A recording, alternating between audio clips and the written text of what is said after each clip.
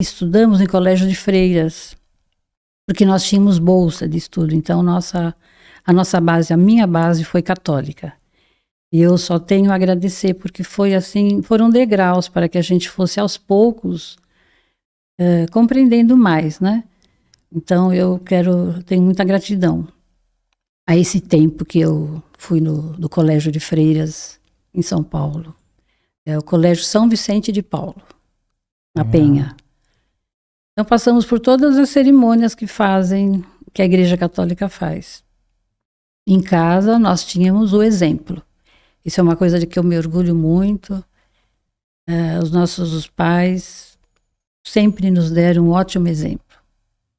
Nós tínhamos assim, a mamãe levava a minha irmã, em São Paulo mesmo, no centro Tucuruvi, lá no Tucuruvi, eu lembro. Porque ela era doentinha e a mamãe levava ela... No centro espírita. No centro espírita, em Tucuruvi. Era bem longe da Penha, mas a gente ia... Assim, tenho poucas lembranças, mas o pouco ficou guardado. Eu lembro que eu dormia pelas cadeiras, porque terminava tarde, né? E assim, mas a mamãe e o papai, uma coisa que também não lembro de tê-los surpreendido em algum momento de discussão, que todo casal tem, né? Uhum. Se distratando, faltando com respeito um ao outro. Então nós tivemos um bom exemplo em casa. É a base de tudo, né? E esse caminho de entrar na doutrina, então foi natural, né? Frequentando o centro desde pequena. Praticamente foi, porque eu lembro que também, às vezes, em casa, iam algumas pessoas e eu via aquele espírito, eu enxergava, né? Criança tem essa facilidade. Uhum. E eu lembro que as pessoas se reuniam na sala e eu vi uma vez que eles passaram por mim. Nós morávamos no sobrado e a reunião se dava na sala, na parte de baixo. E eu em cima, assim, brincando, lendo, fazendo alguma coisa, eu lembro que passou. E logo em seguida eu escutei um movimento diferente. Mas a gente, em criança, não ia ligar uma coisa com a outra. Hoje que eu, lembrando, eu falo assim, realmente estava tendo uma sessão.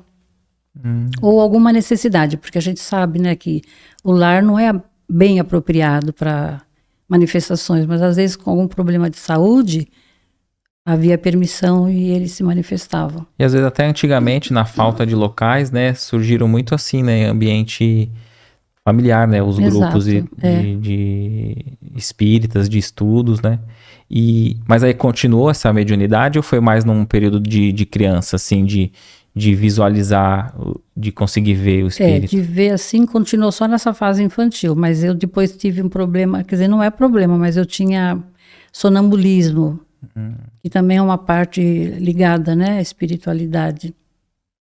Depois passou, parece que tem um tempo certo, passou e não vi mais e não senti mais nada, mas eu tinha umas coisas, ainda hoje eu estava lembrando que, por exemplo, olhava para o céu assim, respirava fundo como se eu tivesse saudade de alguma coisa.